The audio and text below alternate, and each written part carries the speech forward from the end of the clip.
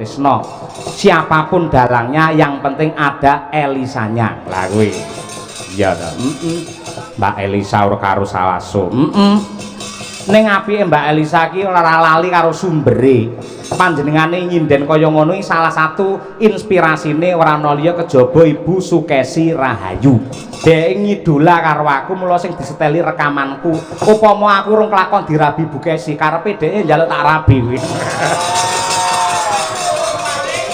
Lambe mok kepruk boten dasmu ora. Rahayu. Selamat malam ya. Adikku Elisa sayang. Loh, lihatlah netizen kami itu sangat bersahabat dan dekat ya Bu ya. Lagi iki nek maru rukun lagi iki. Oh, kok maru itu apa tuh? Hah? Maru itu apa? Maru itu kakak adik. Oh, kakak adik. Ya. Neng Madiun tuku kerupuk. Mampir Solo tuku roti. Senadyan Bu Kesi sing paling matuk, neng Elisa sing sok nyolong ati. Nah, kayak gitu. Wis. Terus arep ngaturake sapa? Mesake nggone ning mburi genduk Winong Nawangsih iki. Dikurmati nganggo arum Bali men jumeneng ana ing ngarep eman-eman. Bocahe ayune ra umum. Ya. Didhisikke ya Cak, arum Bali dados.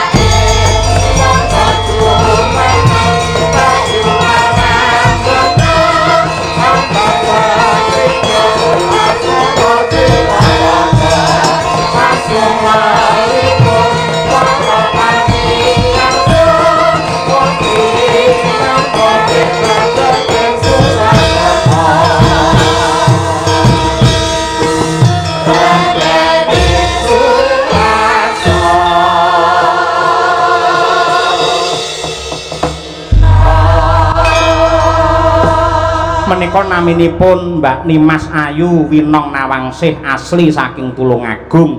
Iya. Nadyanto pawakane apa apane iki kabeh sarwa gedhe ning asline kuwi sik bocah, Nduk. Iya to. Kok iso semono gedene. Pancen ya mangane akeh. Ya, ana panganan apa wae iki ora nate nampik milih. Iya. Kuwi lagi rung sepira umure. Nduk Winong. Alam. Bocah gede suarane cilik ngono. Cecen. Aduh nang ya. Iki kagungan kersa ngunduh temanten.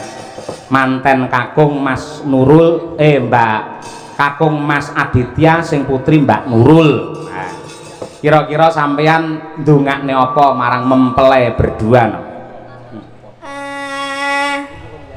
Anu Pak, semoga Mas Aditya kalian Mbak Nurul panjang umur. Iki wong nikahan dudu wong ulang tahun. Mboten Pak. Maksudnya panjang umur lah mungkin anu lho piye ya? Tur ya panjang umur pancen penting ya Nang ya. Lah nggih niku lho maksudnya kuwi Pak, maksudnya niku. Lah semoga panjang umur, sehat selalu, langgeng, ayem, tentrem, pinaringan wahyu jodoh, pinaringan bagas waras, pinaringan rezeki ingkang lumintu kathah, terus pinaringan putra ingkang soleh solehah, baik hati, tidak sombong dan suka menabung seperti aku. Le sombong le umuk ora nduk sampean calone iki lak ya omah-omah. Nggih. Kriteriane sampeyan iki sing kok senenge iki calone model piyai kakung sing piye? Kula seneng sing rada lemu, Pak. Rada lemu. Waduh, sing krebab lek ngono. Kowe nirya kaya Setya Bama mau lho.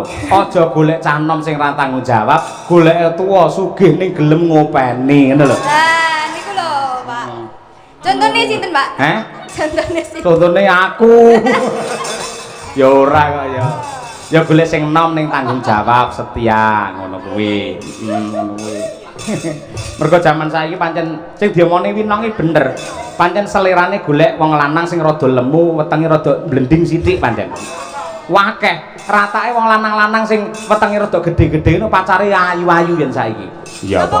Oh iya. Sinten niku? Kowe no. Lah iya ngono kuwi. Ngaturno lelagon kanggo mempelai berdua. Nah. Pelok barang asmara ndana wae, Nduk. Nah, kaya apa?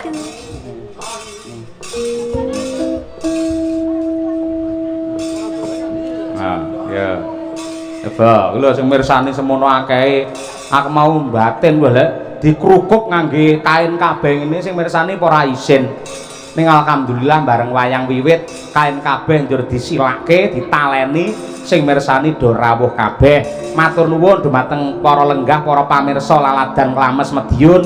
Menika tandha katresnan panjenengan dumateng budaya wayang. Tepuk tangan untuk penonton semuanya. Nggih. Ya ngono kuwi.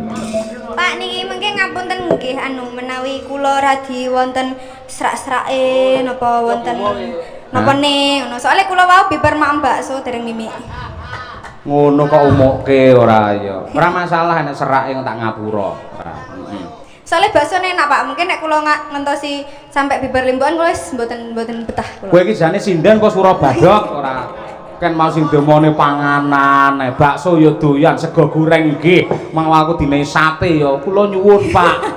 Mboten Pak, ngoten niku tegese kula bersyukur dan tidak memilih-milih makanan. Ngoten lho, Pak. Syukur apa? Drembo kuwi ya syukur ora. Wontene niku nggih disyukuri dimaang ngoten lho, Pak Mas. Ya sehat, tegese yen mangan apa-apa kuwi doyan tegese awake sehat ya, Nong. Nah, niku. Iya. Nggih. Ya tembang kok. Nah, nggih niku. Nggih. Gegerane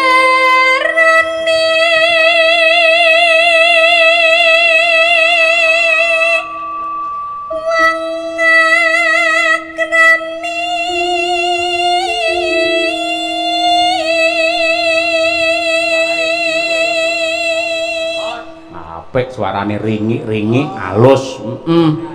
Suara kaya ngono sing mari entek-entekne bengkok ngono kuwi. Ha iya. Iya, Nduk.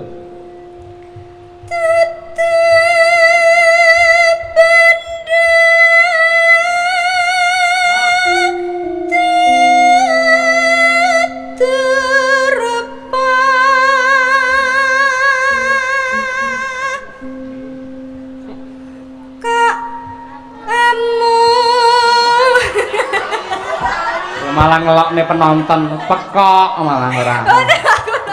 Ngobleng lho. Mula konsentrasi penuh sing dipikir aja bakso ae ora. Amung ati sokok. Ayo. Walah alah. Soale baksone mau dereng telas ya, Pak. Iya iya ora. Ayo.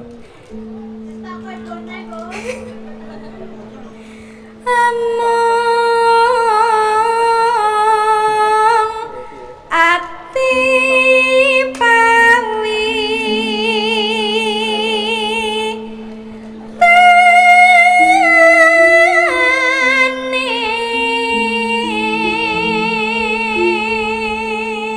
Ya suarane saiki wis dadi tenan.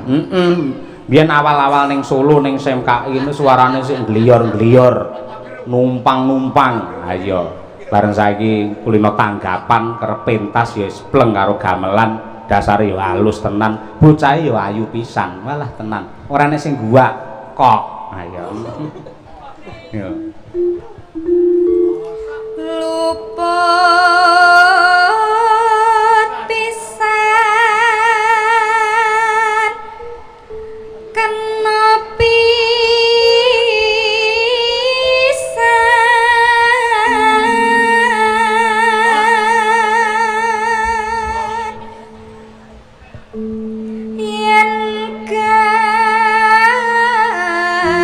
gampang luwih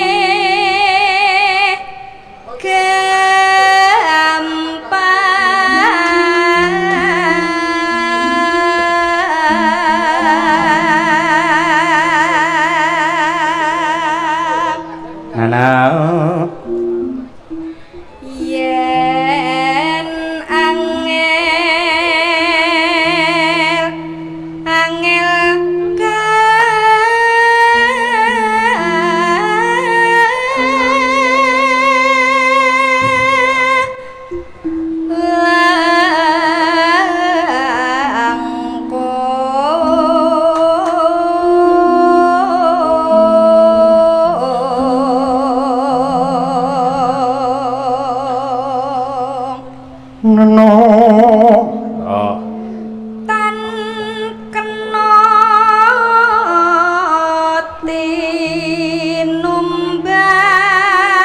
tinumbas arata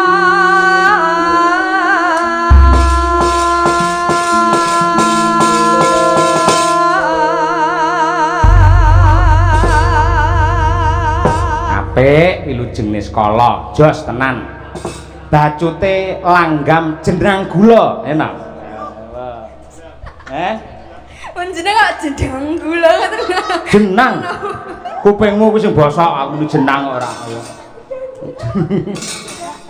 jenang kok ora ayo ya nduk nang ya sing kok pikir ya apa tak tutun ndasmu ora Mboten Pak, ya Allah Gusti Allah. Iki lho Pak. ben iku dudu adek-adek aja melu sapa-sapa Kula mawi nyuwun tulung. ayo Pak, kula nyuwun tulung kula mboten. lah kok iso mak telebu goleki jenang ngawur ayo sinden susu do kucluk-kucluk kabeh saiki ayo wis berat iki ya nang konsentrasi penuh aja mikir bakso ora yo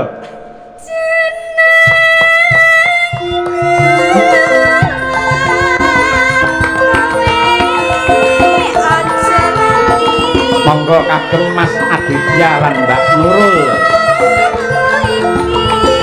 bahagia selamanya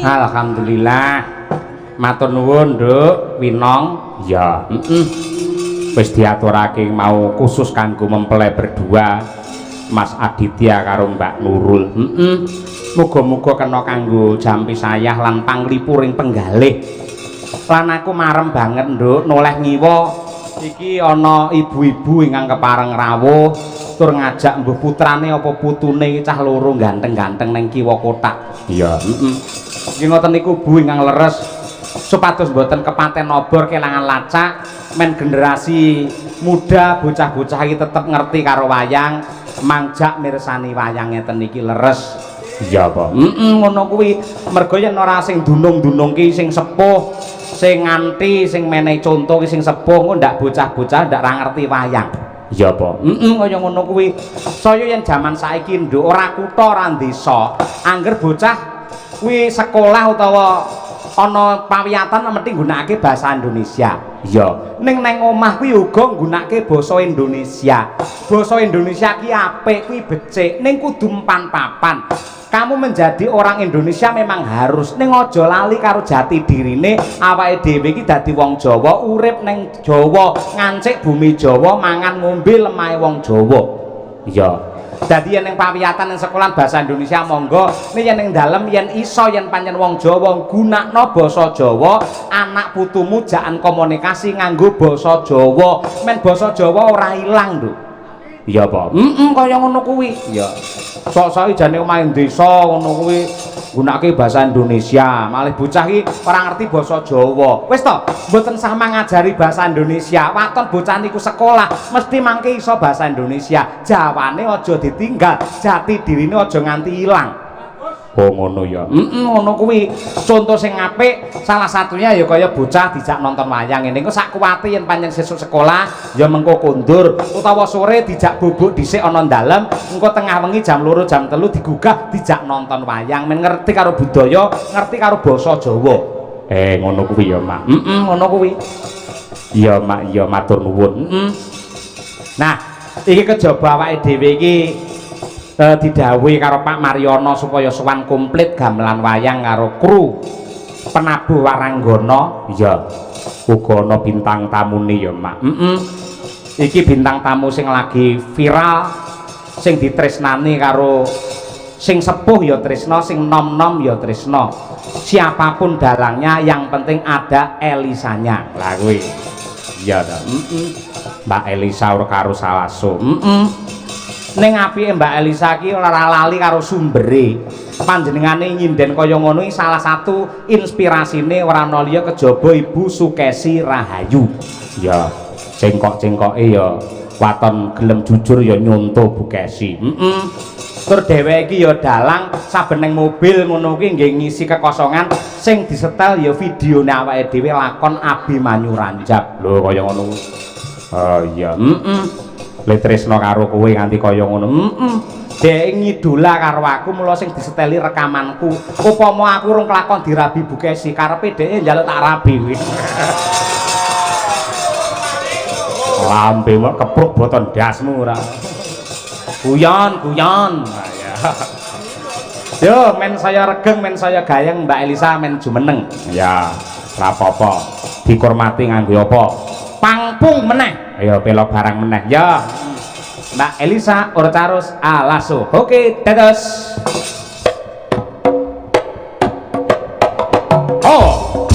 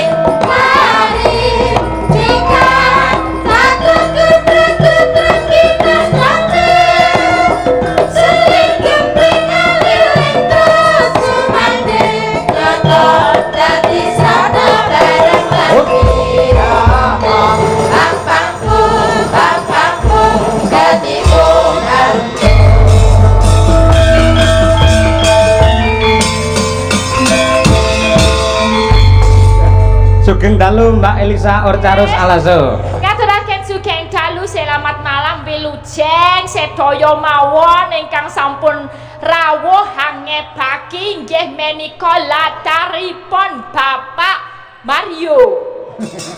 Kurang no. Hah? Pak Mariono. Pak Mario. Itu kan bahasa kerennya jupuk ngarepe Mario. Bawane Mariono. Heeh. Kuwi donga lho kuwi jenenge Pak Mariono kuwi.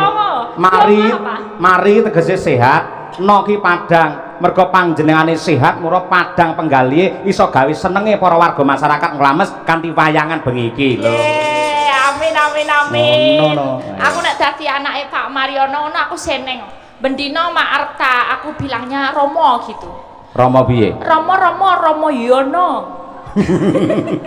Mergo Pak Mariono Romo Yono. Romo Yono. Nggih, kula nderek mangayu bagya, nderek bingah anggenipun Bapak Mariono menika kagungan damel.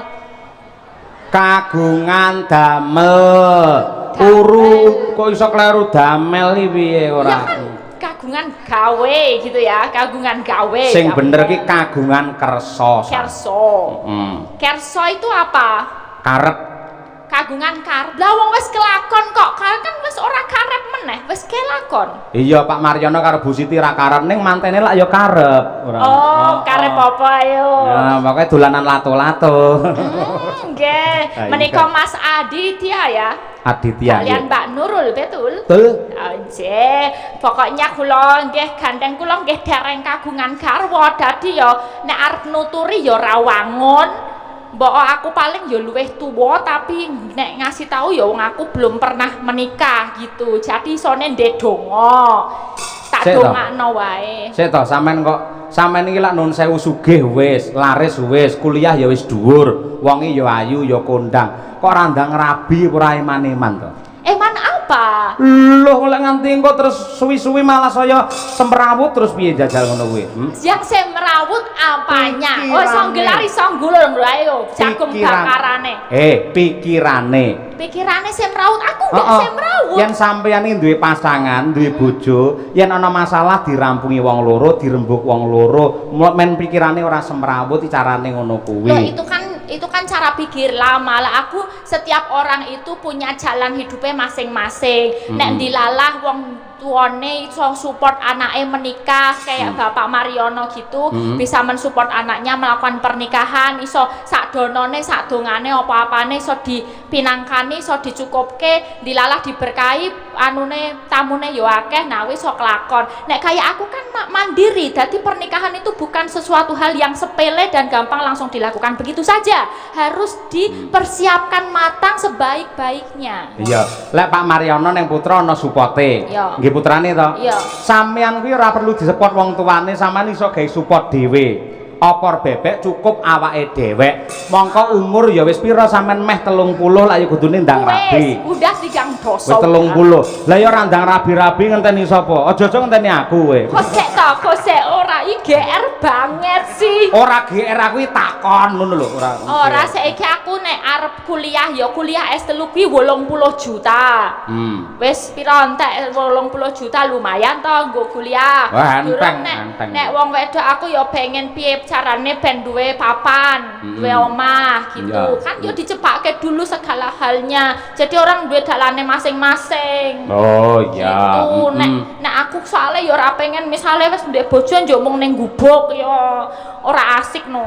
Ayo, Kan tetap dipersiapkan sebaik-baik mungkin. Ya, tegese iki bisa opor bebek cukup awake dhewek, orang ngrepoti karo wong tuwa. Nah, apik. itu maksud aku. Ning nadyan kaya ngapa lan kepiye sampean lak juga nadyan rong nglakoni lak sampean wis nyawang, wis neliti, wis ngematke. Ngapa to wong omah-omah? Sebab musababe wong omah-omah kok iso rukun ibake kuncine iki, kok iso bubrahi ibake sebabe iki lak ya ngerti. Ya. Kira-kira piye pendapatmu? Kok pendapatan sih? Pendapatmu maksudnya? Nah aku ya kuncine wong omah-omah sih apa bedane wong bojo jodoh. Nah aku milih sing jodoh. Nek mung bojo tok nggak tahu kelanggengane. Nek iso ya bar duwe bojo iki bojone kuwi dadi jodone sak lawase. Makane aku sing tak goleki utama jodoh. Bojone engko sithik lah di carry rapopo. Nek wis ketemu jodone tenan lagi tak mantep-mantepke tak dadake bojone. Ngono lho Pak. Apik. Bener ra? Ning ora enek niat to pengen rabi karo wong lanang sing duwe bojo ora enek niat ya. Wong lanang sing duwe bojo rabi karo wong lanang sing duwe bojo. Lah kowe entuk apa njokan? Entuk apa aku nek? Entuk turan lato-lato. Ya enggak lah, aku seneng sik wong lanang ya siji wae. Sing duwe bojo ya ben dadi duweke itu aja, satu untuk selamanya. Kuwi prinsipku no. Lah Pak Cahyo apa ora ngono, Pak? Oh, padha lah aku kuwi. Satu untuk selamanya. Sekali Bu Kesi, seterusnya tetap Bu Kesi. Ngono kok Birgita disayang. Ngono kok Nak padha karo sampean karo aku, sampean tak anggap kaya anakku. Umurku 42, sampean 30. Sampean padha karo anakku. Upamane aku arep ngambung karo ngrangkul sampean, enggak nek dosane wong karo anak, ya toh. Wangun apa Bu dadi anake kula? Mboten kok. Lah wangune apa terus? Wangune apa, Bu? Adek. Oh iya. Iya masa 12 tahun kaceke Bu nganu anak ya kado anu. Kecedakan deng, kecedakan. Kecedakan. Sing bakku kula nderek remen seneng menika sakit, nah.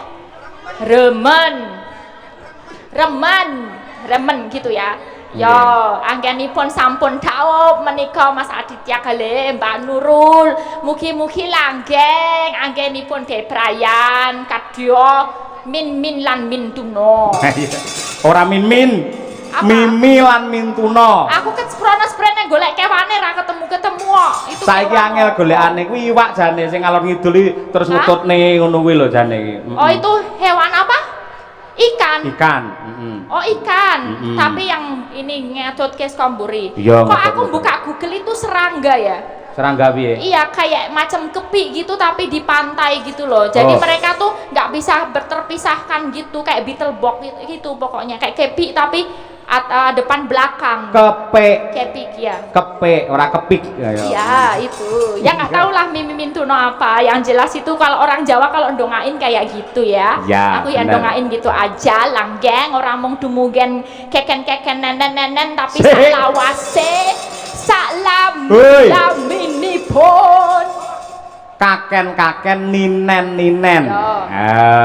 Wis saka kata dasar kaki karo nini dadi kaken ninen. Pancen basa Jawa ki angel.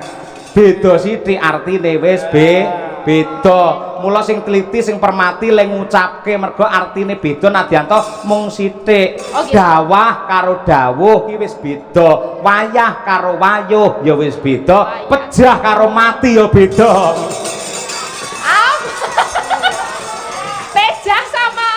Karo mati. Lek pejahi kromo, lek mati iki ngoko lho. Oh gitulah. Karo au kok njuk dadi beda. Wis aja kok protes, pokoke ngono kuwi. Ya. Nggih menika ngaturaken kilelagon, ngaturaken panglipur, katur sedaya ingkang sampun rawuh nyengkuyung acara dalu menika. Nggih Mbak Elisa. Lah malah menika wonten pamundhut. Nah, mbok menawi jenengan kersa ngrumiyenaken. Pak Dalang nyuwun gending ninggal katresnan dipun garap sambaya ingkang nembang Mbak Elisa. Nggih. Kagem dulur Bapak Ibu Tani Kelurahan Nglames Madiun. Saking Pak Bud Buruh Macul Nglames matur nuwun. Pak sinten? Pak Bud. Pak Bud. Nggih, dari Nglames ya. Siap mengke kula pinangkani. Saya juga ada titipan dari tadi pagi dari Sobat Ngebiar Indonesia. Apa Mbak? Minta langgam Ali-Ali. Udah lama Mbak Elisa nggak duet sama Bu Kesi. Ayo buktikan sama netizen kalau Mbak Elisa dan Bu Kesi itu akur. Wah iya.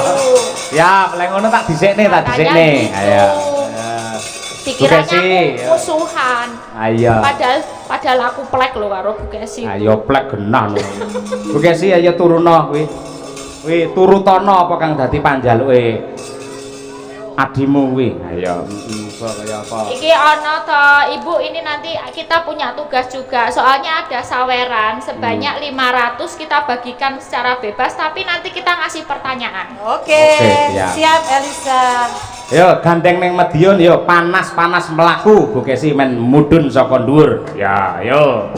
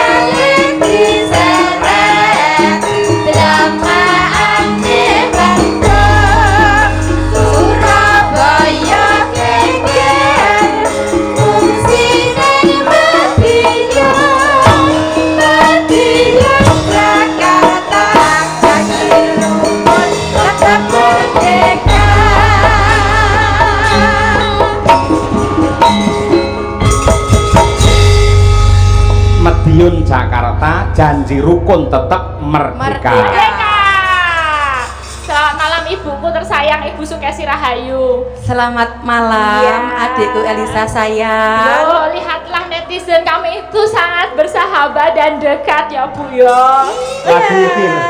Lagi iki enek maru rukun lagi iki. Oh, kok Maru itu apa tuh? Hah?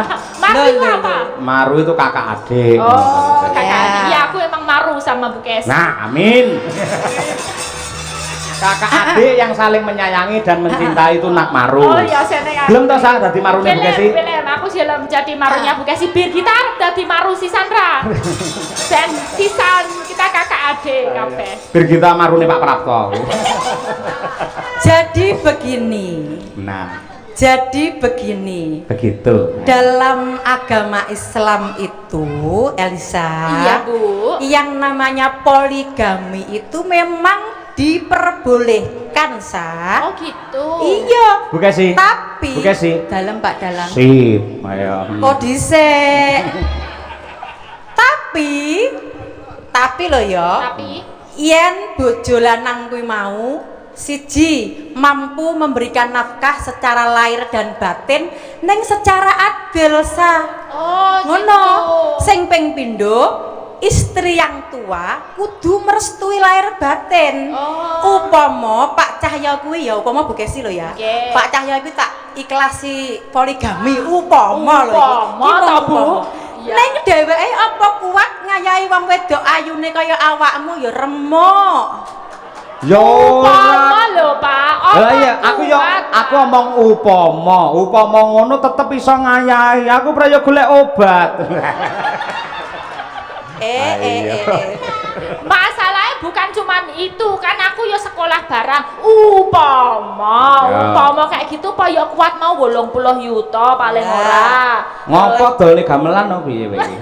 Lho, Saya aja. ngerti ya, Bu, ya. Gamelan ijo, oh jangan. Iki mas kawin nalika sampean ngerabi karo aku.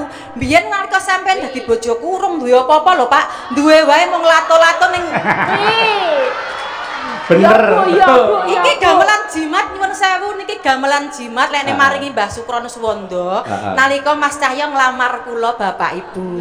Ya. ngono arep didol. Bener. Heeh. Aku mbiyen rabi ora modal apa-apa. Modal kuwi mung gedange mrotoli bosok pisan ora. Ning nyuwun sewu Pak Dalang. Siap. Gandeng dalu niki kan hajatanipun ngunduh manten. Nggih. Nggih to, ingkang dipun mantenaken nggih menika Mas Aditya melawan Mbak Kaya Nurul. tinju. Mbak Nurul lawan to, Bu.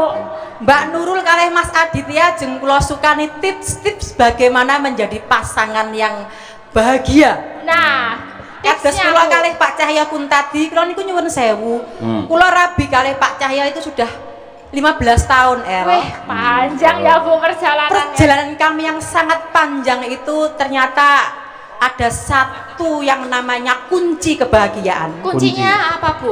Miftahul Jannah. Ya, kuwi ya. Miftahul Jannah, la ilaha illallah. Engko kuwi.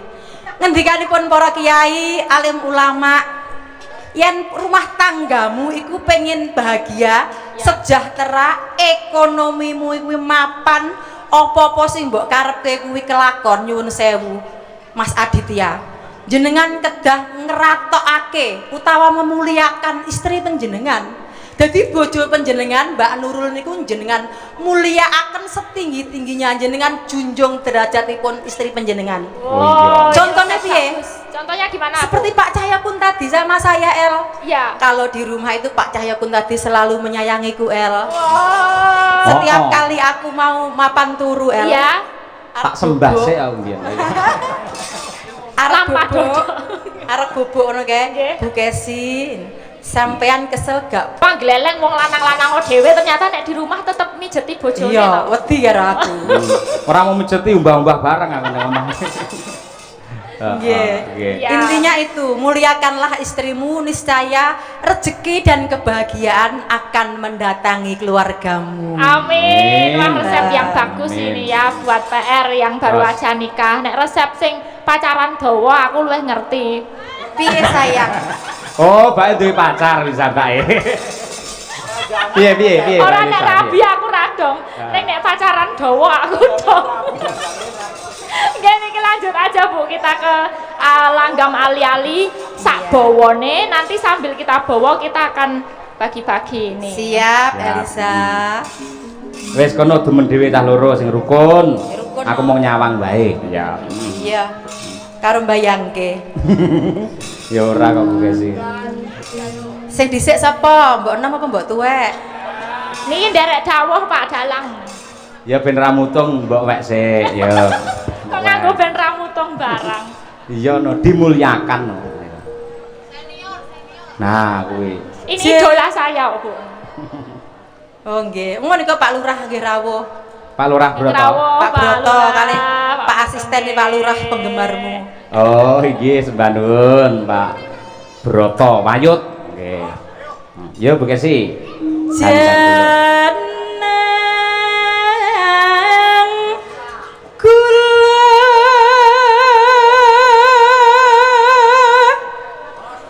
kelali aja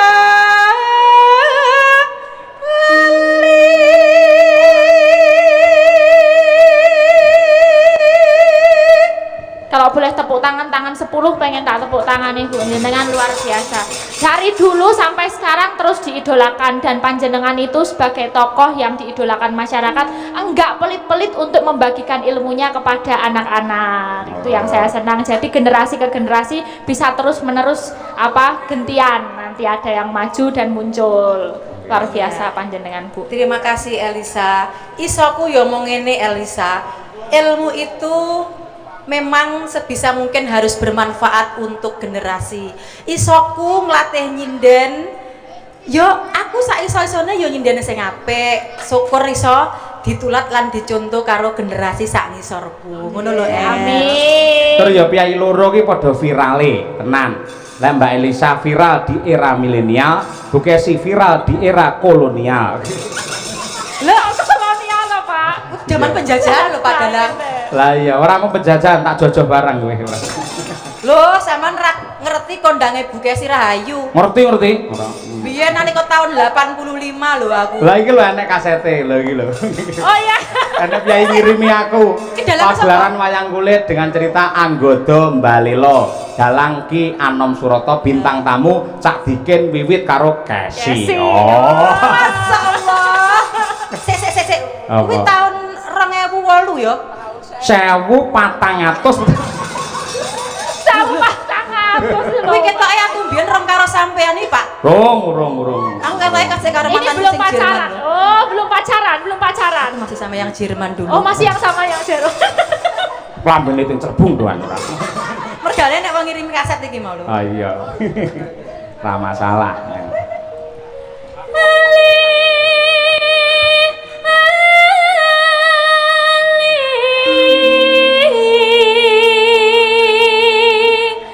Niki sule kula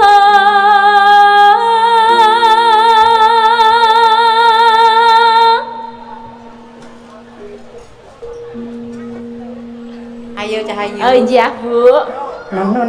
Mbak. aja dianggap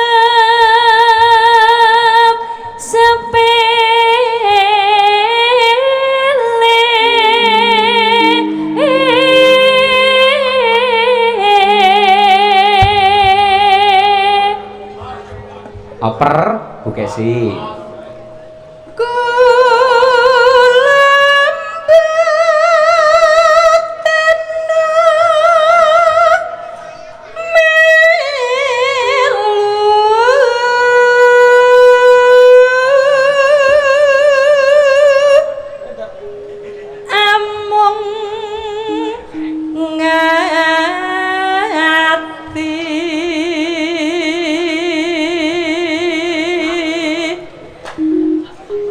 Tanah sanggun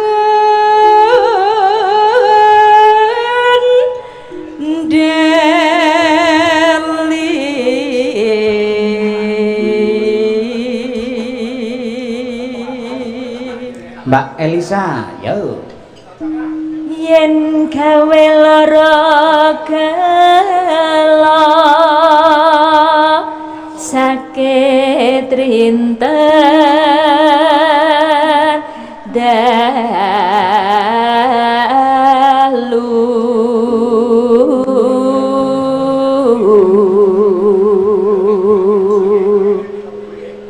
nano Bugesi ya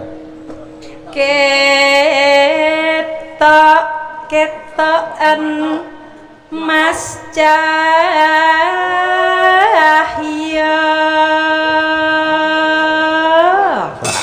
pada one. Sekarang ini ada yang merah satu. Bu Kesi bisa buat pantun buat Pak Cahyo. Dapat 100 ini. Oke. Aku gawe pantun. Iya. Oke ya. Masa aku malah mbok sawer Enggak apa-apa, ini bebas dari Pak Lisdianto sobat ngebiar. Oke, ayo Pak, awake berpantun ben untuk saweran kok Loh, Elisa. sing pantun sampean kok ayo Pak lho. Sampean aku hanya pendengar. Ayo. Dari mana datangnya lintah? Cakep. Dari sawah turun ke kali. Dari mana datangnya cinta? Dari mata turun ke hati. Iya, 100 dapat nggak Bu nih? Kasih nggak? Kok mboten? Kurang. Oh, gas lagi Bu. Up lagi Bu. Pak, aku dikek 100.000 kok sampean kok era ikhlas gitu Pak. Contohnya kayak gini contohnya. Neng Madiun tuku kerupuk. Mampir Solo tuku roti. Senadyan Bu Kesi sing paling matuk, neng Elisa sing sok nyolong ati. Nah, kayak gitu.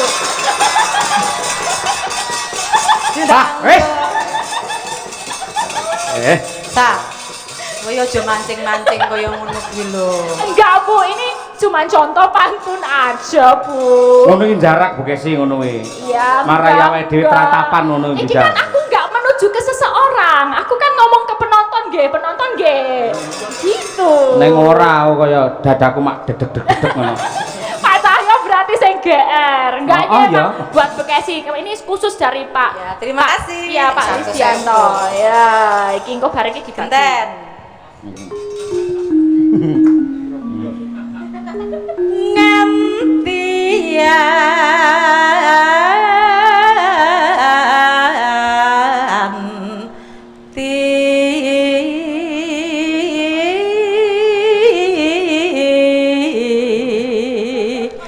Besok apa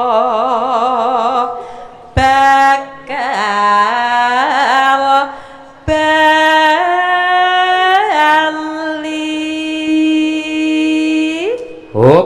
Tunjukkan kekompakan kalian. Ayo bareng berdua. Ayo sing serasi. Ciro lu.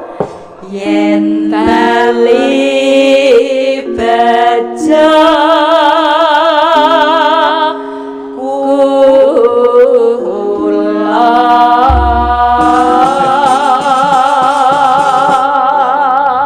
Para penonton sedaya nyuwun tepuk tangan untuk Bu Kesi dan Elisa Wardaros luar biasa. Bisa kompak ngono lho. Dari pamane wong loro ning omahku mendah kaya apa aku. Oh, ngene lho tak jadwal. Engko Senin engko jatahe Bu Kesi ya ta. Selasa Elisa, Rebo Bu Kesi, Kamis Elisa, terus bar kuwi Jumat Bu Kesi, Setu Elisa, Minggu nggih pijet. Kira minggu goniane neh. Ya, Ali. Sa, Elisa. Ya Bu. Awan kok yo. Asline iki lek bojoku ngono ki atiku yo rada senut-senut lho, Sa. Ya iyalah Bu, jelas lah Bu. Saiki dadi bojone dalang kondangi pancen ning ati ki anu yo piye tratapan ngono lho. Yang bikin teratapan apa Bu? Ngene lho, Sa. Harta tahta kuwi wis dhek wis ranggumun. Ning lek ujian wanita kuwi sing paling abot godane dalang. Heeh. Adate lek dalang kan yo nyuwun sewu yo pancen ora kabeh. Iya. Mesti ning endi-endi kan duwe selir lah ngono. Oh ya Bu. Ntar ya nyawang sinden cetok ayu-ayu kayak gini, cantik-cantik, si enom-enom. Tapi itu gimana Bu menjaga hati biar tetap Gini Sa, sabar. aku sebagai istrinya dalang kuwi kudu duwe prinsip. Duwe Dalang prinsip. akit. Ya. Neng panggung kuwi bojoku kuwi milik umum. Oh gitu. Dadi wis tak liarke. Bebas. Bebas, senadyan to mau aku ya ngerti. nalika bojoku bar macak ganti ning kono to liwat kono enek ibu-ibu sing ngrewang ning pawon kuwi bowokonge bojoku dicuwe oli diambu ki sengat-sengat ta. Ya dalange ganteng tenan lho ning kono kae. Ya aku ikhlas wae senadyan to ning kene dicewoli wis diambungi penting mulih utuh botole. Kowe tak kandhani Bu Kesi asli ning ngene lho Bu Kesi. Dalem. Sampe lak kandha harta tahta wanita, harta tahta aku ora gumun. Wanita pun aku juga tidak gumun. Saged. Wong wedok model piye kaya Winong ayune kaya ngene ora gumun. Kaya Mbak Tutik sing kaya Gisel aku ora gumun. Kaya Birgita kaya Diajeng kaya aku ora gumun. Sama sekali aku ora gumun. Lek karo Elisa ki mbuh. Wah. Yang kita Bapak Ibu ajeng nyun presa jenengan aku. Apa? Neng ketoke iki menurut kacamata jenengan, menurut feeling jenengan. Ketoke apa bojoku karo Elisa nek rasa ya? Sapa sing banget banget ya? Paling banget dhewe sapa? Tak seket lho. Iki buanter dhewe. Rene Bu ngeset Bu. Alasane apa Bu? Alasane Bu? Ayo ngajak. Iki sajake buanter dhewe ayo. Arep tak takoni kok ajae percaya dan semangat iki tak takoni iki. Masane Kok Bu ngaten to? Bu, asmane sinten Bu Purwati. Nah, wau lek kula nyuwun presa to kalih masyarakat. Ketoke bojo kula niki lek kalih Elisa ketoke kok semangat, enek rasa ngono lho. Jenengan sing paling banter dhewe. Nggih pancene. Jenengan dari kacamata nopo? Feelingnya jenengan pripun kok iso ngarani ketoke bojoku seneng karo Elisa? Jawab Bu, tak sangoni 100. Dari omongnya Pak Kun Cahyo. Pak Kun Cahyo. Ngendikane Pak Kun Cahyo pripun? Kula senes Kun Kelihatan Cahyo ada Bu. cash mystery ya Bu. Kelihatannya Bu Purwati. Kula jeneng kula senes Kun Cahyo. Kun fayakun. Cahya kun tadi Bu. Nggih. Pripun manut atur kula pripun Bu Pur? ketinggalannya dekat gitu loh. Tapi nek jenengan milih sinten Bu? Dilalah nek misalnya kayak gini jenengan dukung ke Pak Cahyo Bu Kesi napa Pak Cahyo kalih kula Bu? Dua-duanya. Lah. Bu. Gajalah. Tok Bu. Terus. Tok. Tok dongane jenengan putrane soleh solekah Bu. Di luar Fikri, di luar Nurul. Wes sik. Biasa. Iki Pak, iki sing luar biasa nih ngene iki. Kenapa? Bu niki Bu sinten wau suli kah? Purwati. Suriah dibom malah. Nah, nyuwun sewu Bapak Ibu. Nyuwun sewu lah iki jujur tenan iki. Piye? Bu Purwati iki nyuwun sewu, jujur tenan iki, Sa. Nggih. Ini adalah kata-kata jujur dari seorang ibu. Nggih. Berarti penjenengan Bu Purwati mau seandainya suaminya punya suami istri 2, dia ikhlas kok. Napa nggih Bu jenengan ikhlas Bu menawi anu di 2? Kelas. Ikhlas Bu. Soalnya Pak saya kan Masalah. mampu. Bu niki sangu Bu nggih jenengan. Tampang surga Bu. Jenengan tampang surga. Bu Pur mriki Bu. Bu mriki. Enggak, nggih nempur nggih. Nggih. Amin. Besoknya tuku kopi. Lah iya. Enek lho iki lagi iki wong racun wong omah-omah malah duwe akeh ya iki lho. Nggih. Nyuwun sewu, kula percaya kok niki wau namung gegojekan. Gojekan. Mboten tenanan Bu. Nyuwun pangestu nggih Bu, mangdongakne anggene bojo kula kalih kula omah-omah selamat nggih Bu. Ngantos Amin. Lho Dunia jenengku akhirat. ganti neh malih selamat iki lho. nggih. Matur suwun Bu. Matur suwun nggih Bu Pur nggih. Monggo pinarak malih. Terima kasih. Nggih sehat selalu Bu Pur. Wes Bu, salim malih kula, Bu. Iya. Wah, gelange bar disemprotne lho. Iya, dan jawabannya bikin kaget ya. Luar biasa. Tidak habis pikir. Ya, monggo dipun aturaken langgam Jen. ali-ali Iya, sayang. atur dumateng sobat ngebiar. Ya. Ngagemo ali-aliku pamrihe ojo li marang aku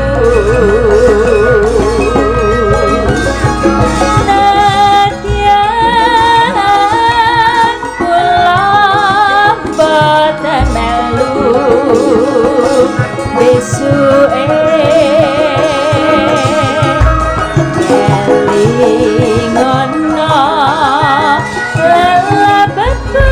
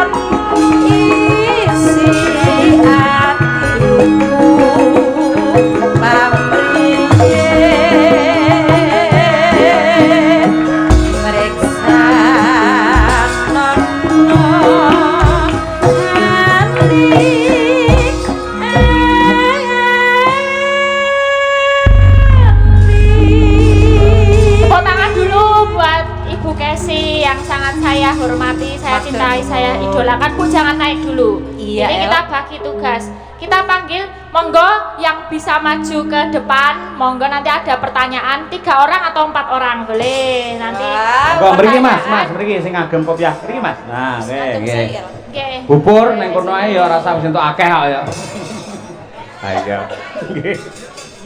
Yang lain Maju. ada 3 orang. Pertanyaan monggo. gampang-gampang mawon. Mriki, nggih. Oke, 1, 2.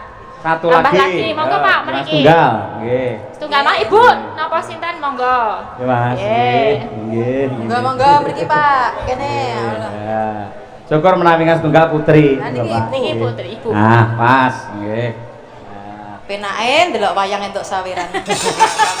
Ya rong karuan yo lek iso jawab yen ora ayo. Nggih. Pertanyaan pertama kula nggih Bu Kesi. Iya. Kesi mempersiapkan juga. Pertanyaan pertama. Namanya siapa, Mbak? Oh ya, Ibu siapa ini? Nurul. Bu Nurul ya. Duh, mantan wedok no. Tak kira Aditya. bojone Mas Aditya. Menika ingkang hamengku gati naminipun Bapak sama Ibu siapa yang punya hajat? Ya. Bapak Mariono dengan Ibu. Boleh? Kira-kira siapa ya? Ibu siapa? Oh ya. Bapak Mariono dengan Bu Siti dong. Bu Siti, betul Pak? Betul, Yeay. nggih. Bu Siti Menika Umi Bu. Arsih, Nggih. nggih. Nggih, makasih Bu Matur nuwun Bu Nurul, nggih. Sebelah sana ada Bapak siapa ini? Pak ditanyai Mbak Elisa sing cantik lho, Pak. Nggih. Nya. Oh, Nama Mas Arif Tantowijaya. Mas?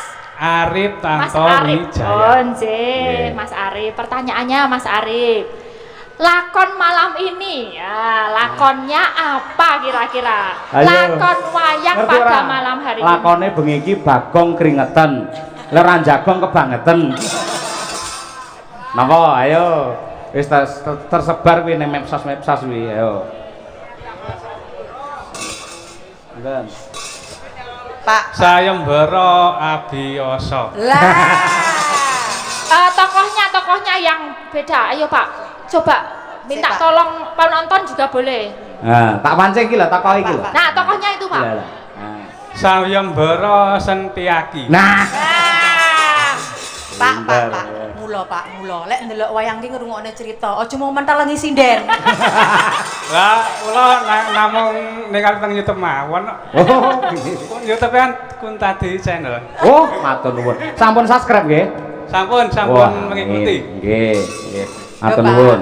Gandeng jenengan walaupun leres anggenipun jawab menika saking Mbak Elisa 50.000 sobat ngebiar. Ya, Matur dari suwun Sobat mugi-mugi Ngebiar. Gusti paringi kesehatan dan kewarasan. Amin. Amin. Terima kasih Pak. Nang dungane setongkas bojoku ora wayuh, Pak. Ya kalah dungane karo Bu Purwati. Berarti mantep ya. Makasih ya Pak. Sama-sama. Salah Oke. jengipun. Matur nuwun. Nah, ini Bu Kesi bisa kasih pertanyaan ini Bu. Oh nggih. Pak. Nah, lah dalah iki. Pak D. Jenengan asmanipun sinten? Saridin. Wah, Saridin. musuhe Sakirah niki berarti. Sakuwi. Sabar. Sabar. Ri. Riki golek ridane Gusti Allah. Oh. Pinter. Masuk. Den, Din ki agama. Alhamdulillah. Sariden genku tukang sono tukang main. Gen kula malah tukang keduk, Kedon apa, Pak? keduk pasir. Wah, mboten napa-napa. Niku malah jenengan manuke kuat teng banyu niku. Keduk to bos. Lah iya tukang golek wedi, Pak. Pertanyaannya napa? Pak Saridin. Nggih. Niki pertanyaannya gampil mawon kok, Pak. Nggih sing penak-penak mon nyapa golek sing angel. Nggih, Ya. stop. Pokoknya jenengan kali kula bolo kok, Pak. Plek. Jenengan kula takoni itu gampang jawabane. Nggih. Pak Saridin. Nggih. Dalu niki dalangipun ganteng napa mboten? Lah dalah iki. Bu, apa jenengmu Sariden kok muni ganteng iki lho? Nitakoni Pak Sariden. Nyun sewu Pak Dalang. Ganteng. Alhamdulillah matur nuwun. Lah ganteng to ibu-ibu nggih? Ganteng pancen wong lanang ya lumrah ganteng. Matur nuwun Pak. Niku pertanyaannya nembe pisan niku dereng pertanyaan, niku nembe Tangan kula ilustrasi. ngewel. Niku nembe ilustrasi ping kalih. Nggih. Dalangipun asmanipun sinten, Pak? Alah wong kula niki bentiten ning ngalih teng YouTube. Lah, YouTube mantep. YouTube. Lagi kula nembe ngerti jenengan kuliner ningali teng YouTube lho. Nggih. Nama komplit, Pak. Cahyo Kuntadi. Nah, sekarang pertanyaan ketiga Loh. yang paling Beyuh. tenang. Kok Sak pertanyaan 15.000. Cahyo Kuntadi, artinya apa, Pak? Cahyo Kuntadi. Ayo lah. Cahyo Ki Sumunar. Wah, 100. Nggih. sinar Baskara. Kun nek kun jarne kun fayakun. Ayo. Tapi Kun niru kun. Kuntadi tadi. Masa tadi? Duka Kuntadi. nggih. Nek cahyo iki sing jelas sih cahyo sing sumurar. Sumurar. Mergo napa? Mulai rumiyin Pak Cahyo Kuntadi niku sumunar, terkenal, Amin. kondang. Amin. Kula nggih remen budaya, Bos. Wah. Hebat, hebat. Ela. Pak Saridin. Pangestunipun nggih menika Pak. Double, Bos. Nggih, anu nggih. Alhamdulillah. Nggih.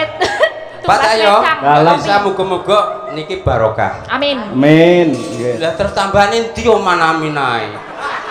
Oh iya ya. Lah wis tak kene Bu Purwati mau lho. Amin ki yo dene tambahane amin. Nya. Wah. Saridin iki bareng munggah panggung wis ilang sipate menungso malah kaya kotak amal we. Lah dalah. Ya, sekali-kali sedekah kali kula. Aja omong ae nya.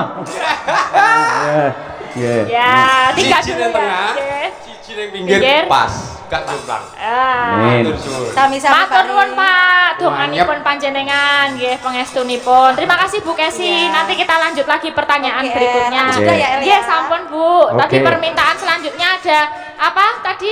Ninggal Ninggal katresnan. katresnan, Mbak Ah, Elisa. monggo. Nggih. Mau Inong apa Birgita, Pak Umi? Monggo, Bir Pak kita, Cahyo. bir kita. Oke. Iya. Sing wajahe mirip kaya sampean. Kaya Iya, apa? Mbak Birgita. Tak tang tak dang dang dang dang. Oh ye, yo.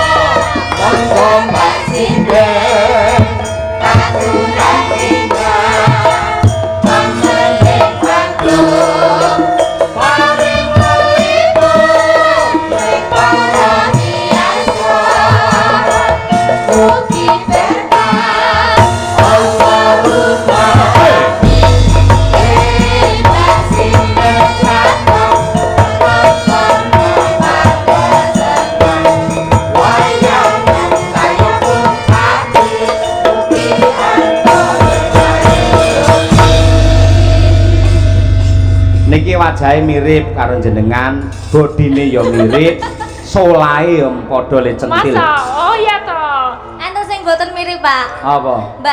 Mbak Elisa niki punya pasangan, saya nggak punya pasangan. Pedhot to kowe? Bar pedhot, Pak. Alhamdulillah. Ampun. Menika mas-mas ingkang lajang, menika Birgita baru aja mendot. Kapokmu kapan? Ada sinden single Mula. satu lagi. Kowe tak omongi. Apa, Pak? Mula aja nemen-nemen gandrung karo wong lanang. Wong lanang-lanang aja nemen-nemen ling ngragati karo wong wedok. Tiwas tukokne apa-apa ulang tahun dikado duwit entek nggih ngragati wong wedok. Lah bareng rabi terope karo wong liya. Ya, si bale lagi sinan dhewe ya. Wonge teko. Ah, Ya Birgita kuwi. Ya ora ora apa-apa. apa-apa, itu Ora berarti apa-apa. ada kehendak lain akan diberikan jodoh yang lebih baik lagi. Amin, amin, amin. Lah aku mbiyen ngene ping 15 enek bir pedhot ngono. Napa nggih, Pak? Nggih ora apa-apa. Jojo percaya wong lanang biasane ngono, pacaran ping 3 ling aku ping 15 kayak gitu. Dibesar-besarin nek wong lanang iki ngono kuwi ben ketok gagah. Iya lek ora besar kuwi ora seneng. Ayo. Ya, Mbak Birgita ini ada permintaan ninggal katresnan. Oke. Di Oke. cara napa niki wau model? Ngene wae, sing sepisan langgam, kedua samboyo. Oh iya. Langgam kemudian samboyo. Diaturake Mbak Birgita karo Mbak Elisa. Ya dhisik Bir. Ya, buka celuk. Oke. Nangis sajroning atiku nalika sira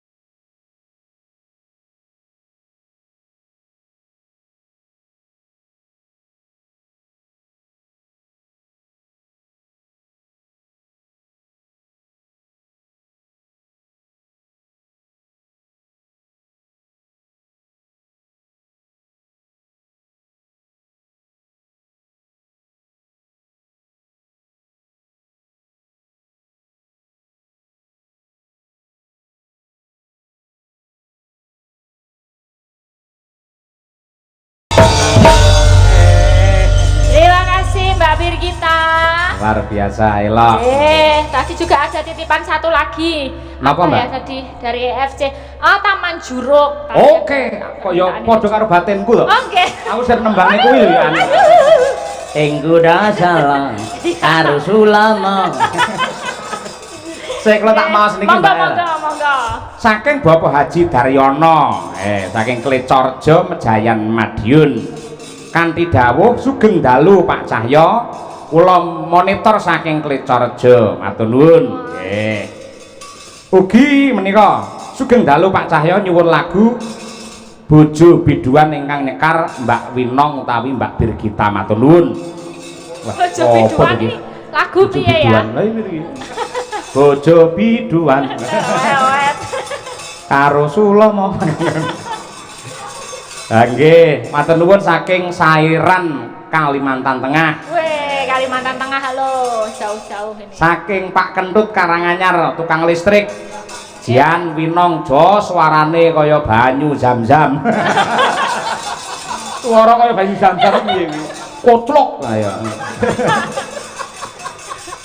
Wilujeng dalu Pak Yoyo, kula nderek wungon mirsani online saking Bandung. Lakon Setyaki Sayembara sae niku. Lakon lawas sing jos. Salam budaya kagem sedaya kemawon saking Bapak Adi Wijaya, Ketua Umum Paguyuban Seruling Mas Cabang Jawa Barat. Nah, Oke, terima kasih. Ugi, assalamualaikum warahmatullahi wabarakatuh. Waalaikumsalam. Nderek monitor mirsani wonten ing panggung. Wonten dalemipun Pak Mariono, salam budaya saking Pak Marsono Pilang Kenceng Madiun. Wah, Bayarka. Kuwi Bayarka. Ayo. Ugi saking kadang kula kinasih salam budaya maju wayang Indonesia. Nderek wungon nyuwun lagu Jenang Gula saking Mas Halintar Cokro Patnobo. Wah. Halintar tadi udah dipinangkani oleh Mbak Pinong. Oh Mas Halintar karo Sulomo. Mugi-mugi sukses dayanipun Mas Yoyo saking pepunden kula Bapak Ki Suryanto Karanggede. Wah Ki Suryanto. Bapak matur nuwun Bapak kepareng monitor. Ugi anu Mbak Elisa. Nggih. Wonten mahasiswa kampusipun Kesupen saking Bogor. Ya. Menika penelitian tentang dakwah di dalam wayang. Naminipun Mas Bobi keroyo-royo saking Bogor tindak wonten dalemipun Pak Mariono mergo neliti dakwah wayang. Tentang dakwah wayang. Oke, semoga lancar penelitiannya. Jos, terima kasih. Saking Bu Kesi, nyapa Bu? Pak Jombanyo lho nyapu to Bu. Saking Bu Kesi karo Sulomo. Sugeng dalu Pak Dalang nderek wungon saking griya kula penggemar Pak Cahyo lan penggemaripun Mbak Elisa Lasso. Wah jan kompak sanget jenengan Pak Cahyo karo Mbak Elisa jan muga-muga saged jodoh. Nggih. Tak tambahi dhewe. Ola. Tambahi dhewe karo Sulomo. Nggih matur nuwun. Pak Dalang penggemar panjenengan saking Bojonegoro nderek mirsani nyuwun gending liwung. Oh nggih. Lan ugi sekedhik caos informasi utawi woro-woro tanggal 1 dan 2 November akan ada peringatan Hari Wayang Dunia yang ke-9 diselenggarakan oleh ISI Surakarta. Tanggal 1 dan 2. Saya mohon nanti Mbak Elisa nanti goro-goro membuat video ya. Siap. Disiapkan. Oke. Siap. Demi wayang kita. Nggih, Taman Juruk berarti Mbak Trihastuti. Iki telu cukup toh? Cukup. Karo Mbak Diajeng ya. Cukup. Nah, ya, iki sing kulino dolan ning Taman Juruk. Karo Sulomo. Ayo nggih. Apa Taman Juruk menika janjane lagu lawas ning menika viral malih. Nggih. Apik luar biasa Mbak Elisa Tengah nggih. Lek ra cukup ning pawon Tik, Tik. Monggo Taman Juruk dados oke.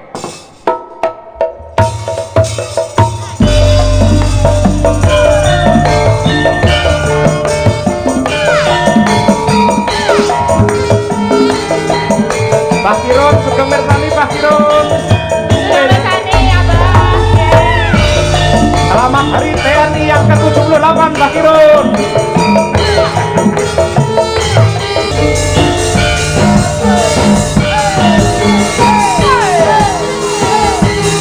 Bersama Nadia Jeng dan Bakirun. Madangkara loh. Monggo Bakirun.